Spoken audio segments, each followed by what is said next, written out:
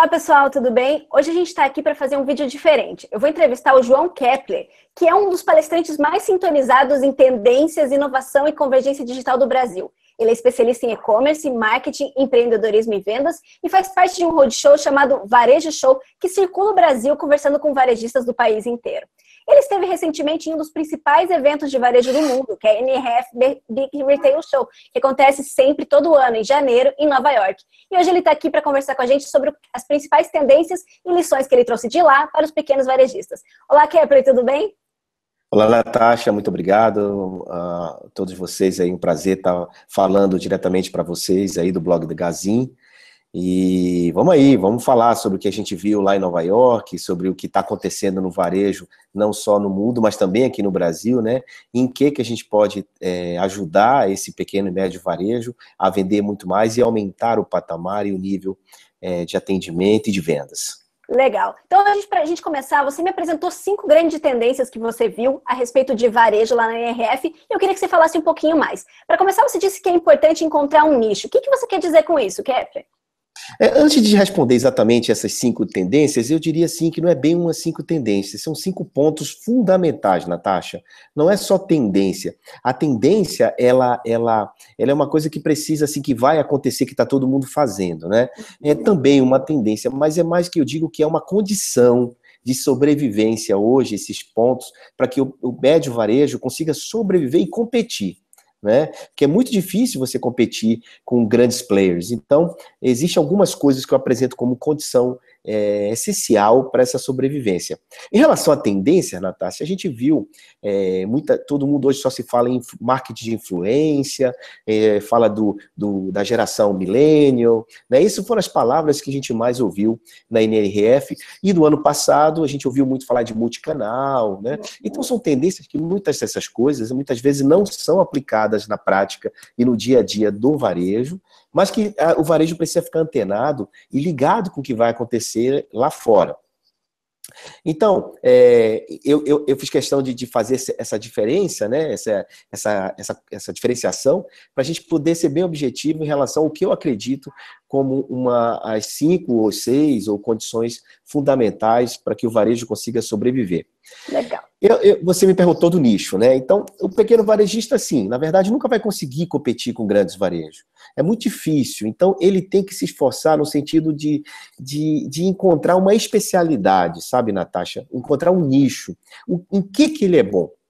Eu sou melhor em quê? Então, cada loja, cada varejo, ele precisa encontrar o seu nicho, o seu mercado, muitas vezes o seu bairro, a sua tribo, ou até mesmo a especialidade de um produto que ele é bom. E não é produto que é bom mais barato, porque hoje em dia essa história de preço e produto, ela está sendo substituída por outras coisas como inovação, atendimento e outras coisas que a gente vai falar mais para frente um pouco. Então, quando eu digo encontre seu nicho, é também encontre sua turma, é também saber exatamente qual segmento de mercado você tem que atingir. Eletrodoméstico é amplo, mas dentro do eletrodoméstico é a sua especialidade, refrigeração, né? Enfim, buscar esse nicho, que eu acredito o seguinte, esse é ser o melhor desse segmento dentro daquela região. Eu digo que isso é um grande segredo. As players, os varejos que têm buscado isso, têm conseguido se diferenciar da concorrência, sabe, Natasha? Porque a diferenciação da concorrência é um dos segredos para que você consiga se manter e competir. Legal. E como é que o nosso telespectador, quem está assistindo a gente aqui, o que precisa fazer para encontrar o seu nicho? Porque às vezes é meio difícil, né? O pessoal está acostumado a vender um pouco de tudo e tá conseguindo bons resultados, mas aí ele sabe que precisa se diferenciar, então quer aceitar essa importância de procurar um nicho, né? Então, quais são as suas dicas para quem quer encontrar um caminho, um nicho específico de atuação? Tem algumas coisas, por exemplo, alguns municípios têm alguma vocação específica, não é? Tem o melhor produto que ele pode vender em relação à margem e ser o melhor naquele produto, é onde ele tem ele tem os vendedores que entendem mais daquele assunto, enfim, é muito genérico eu te dizer o que ele tem que fazer, mas assim, o que ele, e qual nicho, mas o que ele tem que fazer é justamente olhar e estudar a sua loja, em que ele é bom. Qual é o melhor negócio que ele pode fazer, o que ele sabe mais de todos aqueles produtos que ele vende. Então ele tem que virar referência nesse produto para a cidade. Tá? Então, assim, por exemplo, ele é o cara que mais entende fogão na cidade, então ele tem que virar essa referência. Né? Eu digo sempre, se ele souber, inclusive, escrever sobre isso, falar sobre isso, mostrar que ele é bom nisso. Desculpa, deixei o telefone ligado e atrapalhou o raciocínio. Não, sem problema. Então vamos voltar aqui. Acho que a gente pode emendar no segundo tópico que você fala, que é a importância de ter um plano em mente. Fala um pouquinho sobre isso. Bem, entendendo qual é o nicho, você precisa ter um plano. Então, desse negócio do que você quer ser melhor, você precisa, na verdade, identificar parceiros, canais, os melhores produtos, os melhores preços, quais são, enfim, montar um planejamento. Não um planejamento estratégico muito grande, longo, mas simplesmente tem uma palavrinha mágica chamada Canvas. Chama de Business Model Canvas, que serve também para o varejo, que são 9 blocos, é uma página única, branco, 9 blocos, onde você tem lá os seus canais, os seus parceiros, fatores críticos de sucesso, meios de pagamento, porque isso é uma outra coisa que está sendo muito utilizada, a gente está usando internet, está usando celular para fazer pagamento também, então já existem algumas ferramentas nesse sentido. O que eu digo o planejamento não serve só para você planejar metas e saber o que vai acontecer no futuro, mas é preciso pensar estrategicamente para identificar justamente quem podem ser os parceiros, por exemplo, para resolver um problema de logística que ele tem. Quem pode ser um parceiro para ter um serviço agregado ao serviço que ele já vende, que isso é muito comum nos Estados Unidos, você ter, por exemplo, uma loja que tem um nicho específico, mas ela tem um parceiro para vender valor agregado e produtos de valor agregado e que ele possa revender isso como serviço dentro da loja. Então, esses produtos, esse planejamento vai ajudar a loja a desenvolver o negócio e também na questão de ser um diferencial, de fazer diferente. E a dica que eu deixo nesse tem um plano em mente, sabe, Natasha, é você fazer um canvas, procurar fazer um canvas da sua loja, como eu repito, são 9 quadradozinhos, são 9 blocos, dentro de uma folha A4 de papel, você consegue identificar e mapear e entender o seu negócio com todas as oportunidades que estão aí. Porque muitas vezes a gente só pensa em planejamento, de novo, para definir futuro, metas, né? E onde a gente quer chegar. Isso é importante também. Mas é também importante você saber quais são as barreiras, as dificuldades. Por exemplo, você pode definir uma estratégia de mudança de horário dentro da sua loja. Por que não? Por que abrir às 8? Por que não abre às 7? Por que não fecha para o almoço? Ah, mas ninguém faz isso aqui, todo mundo fecha. Não, mas deixa aberto. Faz uma experiência, faz o que a gente chama de plano, teste AB, verifica se deu certo, se não deu, volta atrás e corrige. Então, o empresário que tem um plano rápido, como eu digo, numa folha de papel, e ele consegue ir alterando baseado nas circunstâncias e nos acontecimentos, alterando esse plano, não é uma coisa muito bem fixa, ele tem flexibilidade para variar, entendeu? E para chegar no objetivo dele. Então, quando eu falo tenho um plano em mente, é justamente você entender, por exemplo, que a melhor maneira de você vender mais é simplesmente deixando o corredor livre da sua loja, das prateleiras e não enchendo de produto. Então, mas como é que você resolve isso? Testando. Como é que você resolve isso? Planejando. Então, legal. Quando eu falo que eu tenho um plano em mente, é nesse sentido. E quem que tem que estar envolvido nesse planejamento? A gente está falando com o gestor, mas também com o gerente de vendas. Quem que deve se envolver nessa parte de planejamento, na sua opinião?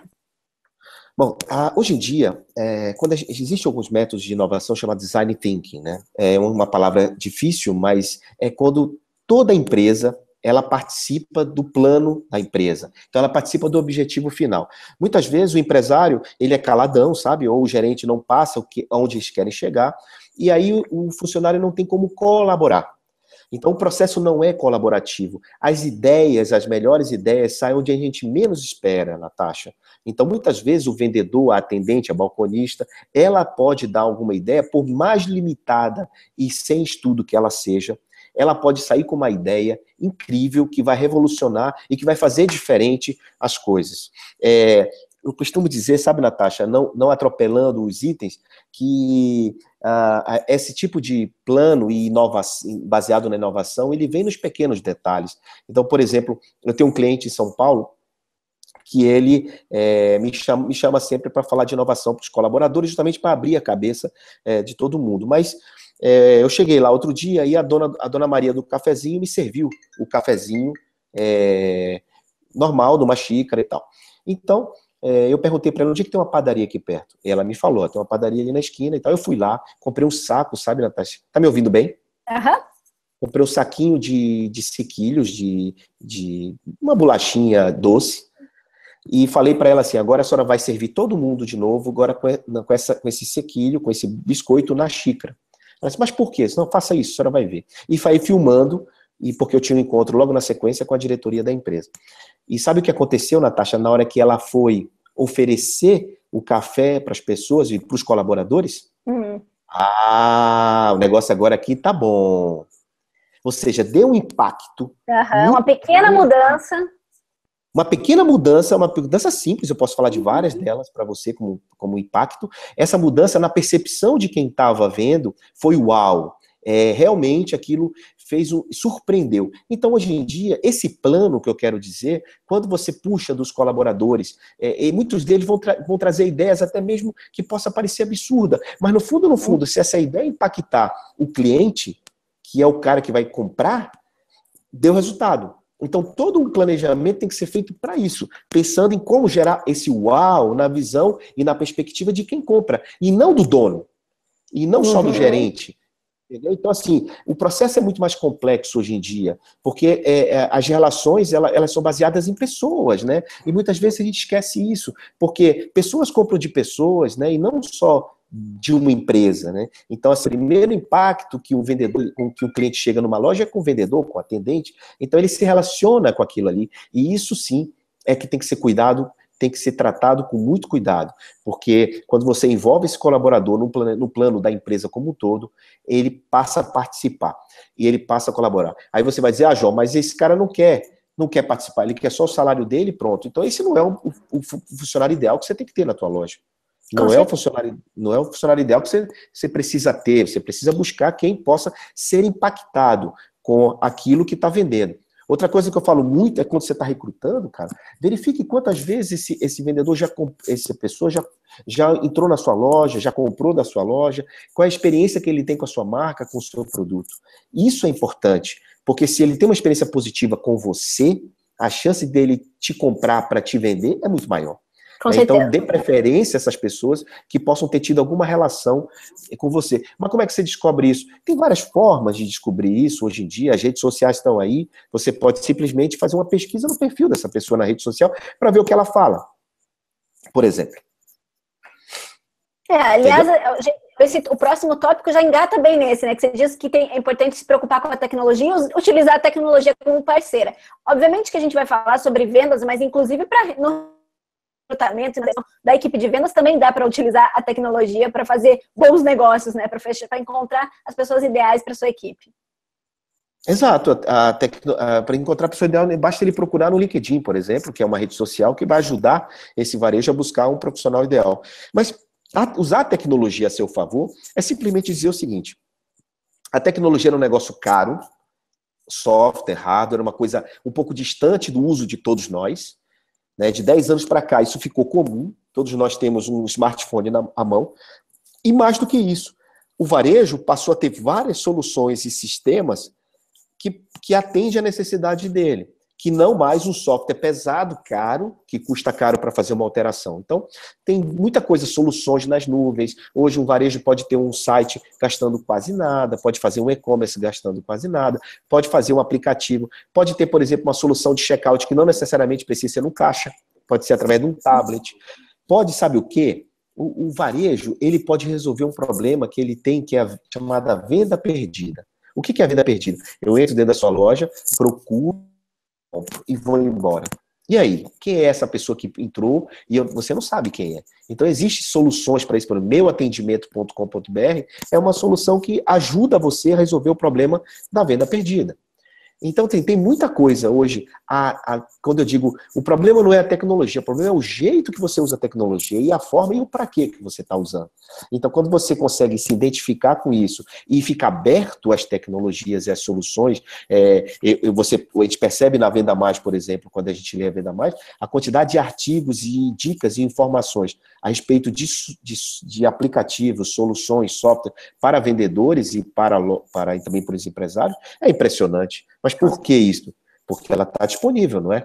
Uhum. E eu vou até te interromper para falar uma coisa. A Gazin tem um programa muito legal chamado Parceiro Gazin, que todos os varejistas que desejem vender pela internet sem ter custos muito grandes, podem utilizar o estoque da Gazin. A Gazin ajuda a criar o e-commerce deles, e aí não precisa ter o produto na loja para vender. Então isso facilita muito a vida de quem quer começar a vender pela internet. O Parceiro Gazin, que eu vou deixar o link aqui embaixo, que tem todas as informações sobre o programa, é o que já está mudando a vida de vários varejistas que querem começar a atuar pela internet, mas tinham medo dos custos, de ter um estoque parado, porque não sabe se vai conseguir vender. Então, isso com o Parceiro Gazin fica muito mais fácil. E aí é um exemplo prático da tecnologia ajudando os pequenos varejistas, né? Bastante, muito prático. Mais do que isso, ele pode, por exemplo, a loja dele pode virar um showroom, não é? E ele fazer a venda toda através da logística toda da Gazin. Isso é muito importante, isso é muito bom e facilita a vida deles. Então, isso é uma forma de usar a tecnologia a seu favor. Assim como usar os aplicativos, usar o WhatsApp para se comunicar com o cliente, né? Enfim, todas essas ferramentas que estão disponíveis, inclusive muitas delas gratuitas. E até essa que você acabou de citar da Gazin, ele não precisa necessariamente ter um site de venda pela internet para poder vender. Ele pode usar toda a estrutura já disponível, que já está pronta. Então, assim, realmente é muito interessante. Eu gostei de saber que a Gazin já está à frente das outras em relação a isso. Isso é muito bom.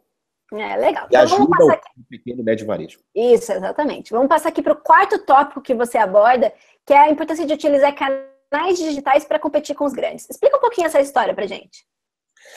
Olha, os grandes, eles têm lá, todos os grandes têm Twitter, Facebook, Instagram, eles usam esses canais como ninguém, né? Eles contratam empresas, agências digitais, e eles vão lá e divulgam produtos, serviços, a marca, o brand deles, né? Isso é comum, isso não é nenhuma novidade.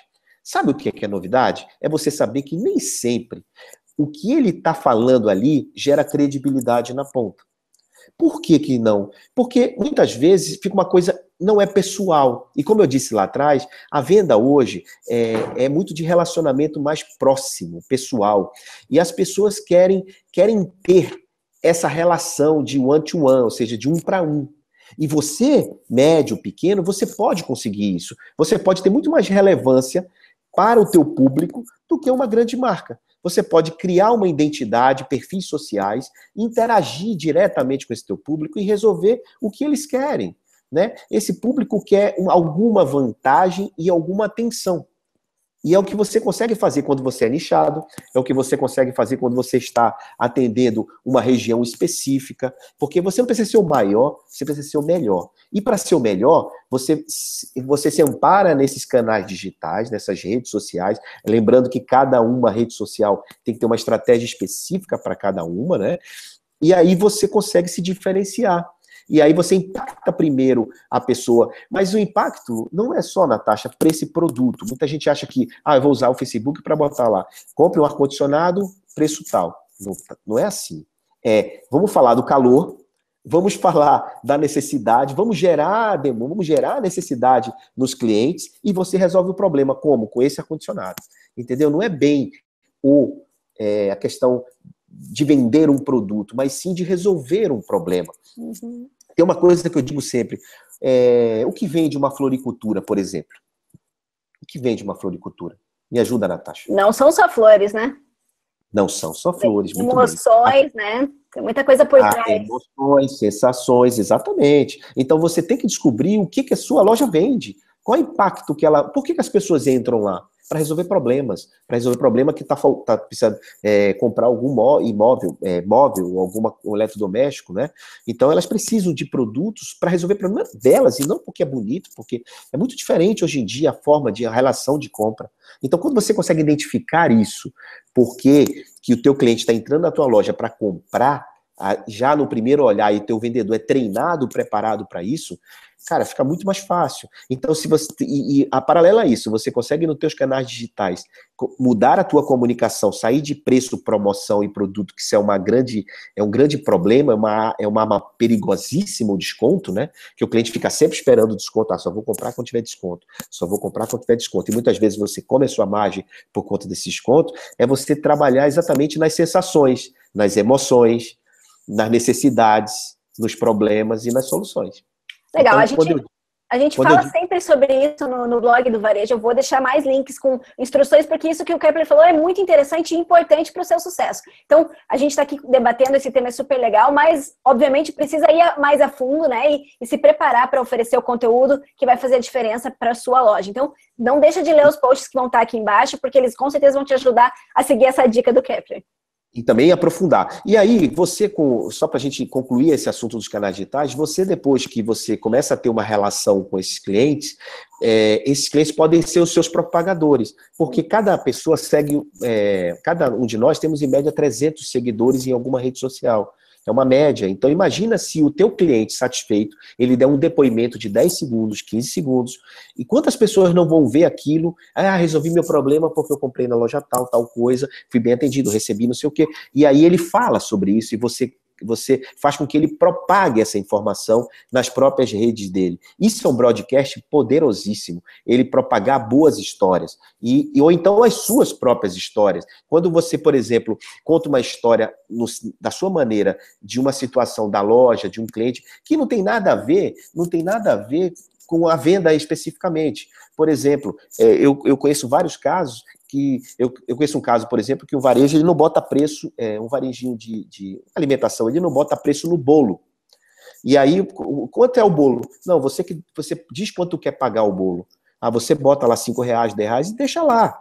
Então, assim, naquele bolo de forma específica. Não quer dizer que toda loja seja assim, entendeu? Mas ele implantou um conceito que faz com que o cliente participe da loja. Participe do movimento, participe da situação. Então, canais digitais também, Natasha, por exemplo, você disponibilizar o Wi-Fi. Eu conheço lojista, empresário, que assim, eu não vou botar o Wi-Fi, porque se botar o Wi-Fi, ele consulta o preço e sai da minha loja. Eu não acho esse pensamento um pensamento muito adequado no dia de hoje, porque você tem que atrair o cliente e ter facilidade. Por exemplo, vou te dar uma dica simples. Se é para fornecer o Wi-Fi, por que não você pega o e-mail dele para ele se conectar no teu Wi-Fi? E aí você gera lead, o e-mail, o telefone dele, e você fica com essa base de clientes, entendeu, Natasha? Então, tudo isso faz parte de um foco nos canais digitais. Não é para mandar, aquele meu funcionário sabe fazer, vou mandar ele fazer. Sem estratégia, sem pensamento focado nisso, sem decidir que aquilo pode atrair mais clientes e novos mercados. Porque os clientes estão em casa. Eles precisam saber que você existe de alguma forma, ser impactado para ir te comprar. Então, é nesse sentido que o canal digital te ajuda diretamente e faz com que você converta mais vendas, entendeu? Legal, muitas boas dicas trazidas diretos da NRF, do Kepler, para a gente aqui no blog do Varejo. E aí a gente vai entrar no último tópico que você nos apontou anteriormente, depois talvez a gente evolui e fala mais um pouquinho sobre outras coisas, mas você disse sobre a importância de ser mobile. O celular está na mão de todo mundo. Difícil você perguntar a uma pessoa se a pessoa não ter um celular. E a internet está conectada no celular dela. Então, ela, quando precisa de algum produto, de alguma coisa, ela consulta na internet. Ela vai no Google, ela vai em alguns canais e pesquisa isso. E o Google, muitas vezes, por exemplo, ele faz a história da geolocalização, sabe, Natasha? Então, por exemplo, eu estou precisando comprar uma televisão. Se a sua loja estiver cadastrada, por exemplo, no Google Meu Negócio, que é de graça, Natasha, de graça. Qualquer varejo pode se cadastrar no Google Meu Negócio. E aí, se cadastra de graça, quem que vai aparecer primeiro se eu estou pesquisando perto da sua loja? Você. Entendeu? Então, assim, existe, por exemplo, Google Maps, você pode cadastrar o mapa da sua loja no Google Maps, o endereço. Tem muita coisa que pode ser feita para poder estar no celular dessas pessoas. E não só fazer um aplicativo da tua loja. E outra coisa bacana é você ter um site responsivo, que aí sim é mais complexo, mas o teu site tem que funcionar no celular das pessoas. E aí, essa história de ter presença virtual é o mais importante. Então, falamos antes das redes sociais, é uma forma de ter presença. Falamos antes de você se cadastrar, falamos agora de você, por exemplo, se cadastrar no Google Meu Negócio. Então, essas ferramentas, elas estão disponíveis. E tem também, sabe, várias soluções e ferramentas, por exemplo, que conseguem identificar quando o cliente passa na porta da tua loja, se ele já tiver com o celular ligado e tiver, de alguma forma, baixado um app de localização. Então, ele notifica aquele cliente de uma oferta da tua loja, e ele, eita, tem uma oferta aqui na loja, então vou entrar. Ele entra, porque ele é um passante na porta da tua loja, você precisa botar ele para dentro. Então, assim, a gente está falando várias coisas que algumas podem ser um pouco distantes da realidade, mas efetivamente é o que está conseguindo converter em vendas. É o que está conseguindo aumentar o faturamento dessas lojas.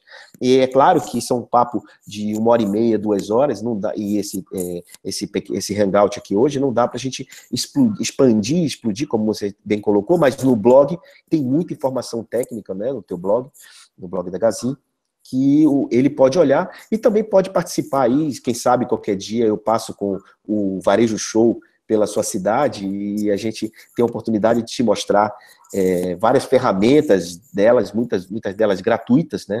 Onde ele pode simplesmente implantar e dar uma guinada nessa linha do que a gente está conversando aqui. Acho que o primeiro passo é justamente estar com a mente aberta, né?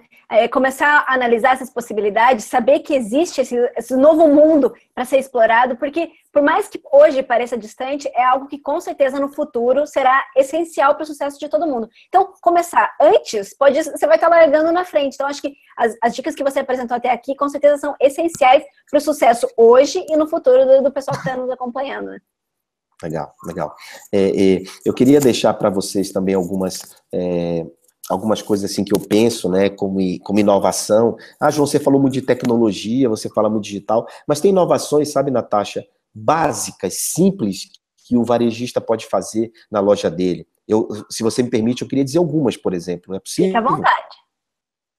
Então, eu vou dar um exemplo. Tem um vendedor de sinal lá em São Paulo que ele fazia assim, ó, por favor, me ajude, um saquinho cheio de balinha, né? Por favor, me ajude, R$2, me ajude. E ele não vendia.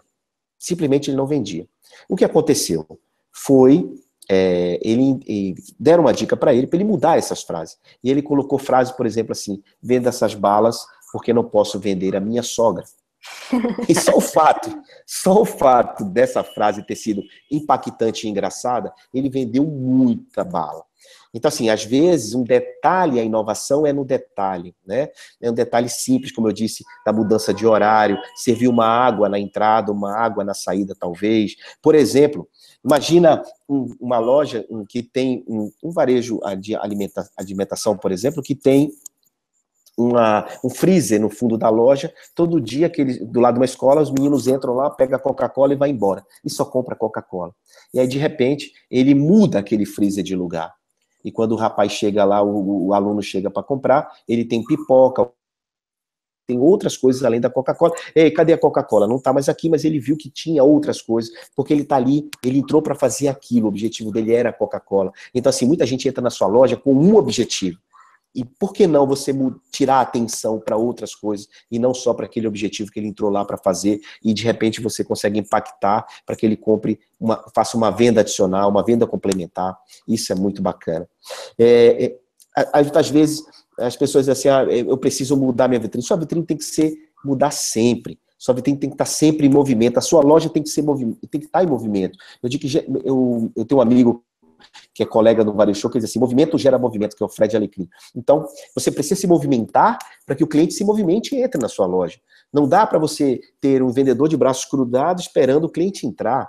Esse vendedor tem que buscar o cliente de alguma forma. Mas como? De forma, venha puxar para dentro? Não. Ele tem que, por exemplo, ir aonde tem uma aglomeração, onde tem um evento, onde tem alguma coisa, e botar o cartãozinho dele com um som de valsa, por exemplo. Pô, mas som de valsa é comum, todo mundo faz? Não, mas tem um cartãozinho grampeado dele lá. E quando aquele cliente precisar de alguma coisa, ele vai lembrar dele. Vai lembrar que ele recebeu, a sua loja deu alguma coisa para ele. Isso não custa muito, entendeu? Não é só a velha tática da balinha na hora que o cara paga a conta. É muito mais do que isso. e é sobre essa forma de ver o cliente que mudou, que eu tenho defendido essa tese da conquista, a tese da relevância social, da influência, a tese de mudar a perspectiva do jeito de ver as coisas e também, propriamente, de a venda como um todo. Acho que não ficar acomodado e de olho nas tendências é sempre a melhor coisa a se fazer se você quer evoluir. Kepler, foi um prazer conversar com você sobre a NRF e sobre todas essas grandes lições de vendas que os varejistas que estão nos assistindo podem aprender no dia a dia, aplicar e ver os resultados surgirem na prática. E agradeço a sua participação aqui no nosso vídeo dessa semana. Espero que o pessoal tenha aprendido boas lições e coloque em prática. Estamos sempre à disposição para quaisquer dúvidas. Eu posso fazer. Eu tenho que fazer. Acabou, já acabou. Pois é, já acabou. Mas quem sabe a gente não marca outra conversa, né? Tenho certeza que o pessoal vai gostar. Exatamente, eu quero deixar o registro aí com você, muito obrigado, e dizer que estou à disposição, sempre que precisar me chame, faço questão de passar um pouco daquilo que a gente está vendo aí no mercado. Eu gosto de falar das melhores práticas, né, e não só das tendências, como eu acabei de dizer. É muito bom a gente ir lá fora na NRF e tantos outros eventos que a gente participa no mundo, mas para entender efetivamente o que precisa ser feito aqui, para que o pequeno e o médio consiga competir com os grandes. Né, e consiga sobreviver nesse momento tão difícil que a gente está vivendo, que não é bem pensar negativo, mas é criar oportunidade em cima desse pessimismo generalizado e fazer, porque o cliente continua comprando, ele precisa comprar, é só despertar a necessidade dele, que ele vem e saber encontrar o cliente certo. Dinheiro muda de mão, ele não some. É isso aí. Pessoal, foi um prazer conversar com vocês sobre as tendências, lições e grandes aprendizados que o Kepler trouxe da NRF pra gente. No blog do Varejo tem mais dicas, vai ter um artigo sobre todos esses tópicos abordados aqui, escrito pelo próprio Kepler, e a gente continua produzindo conteúdo e ajudando você a vender cada vez mais e melhor. Esperamos vocês no blog do Varejo e no mês que vem, no próximo vídeo. Até a próxima!